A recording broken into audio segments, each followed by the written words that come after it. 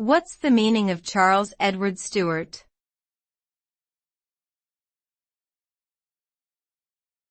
Charles Edward Stuart.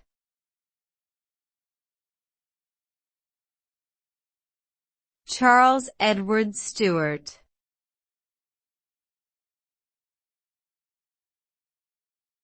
Charles Edward Stuart.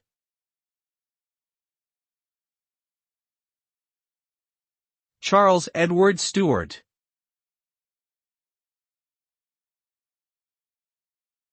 Charles Edward Stuart was a member of the British royal family and was known as Bonnie Prince Charlie. He was best known for leading the Jacobite uprising in 1745, which aimed to restore the House of Stuart to the British throne. However, his rebellion ultimately failed and led to his exile from Britain.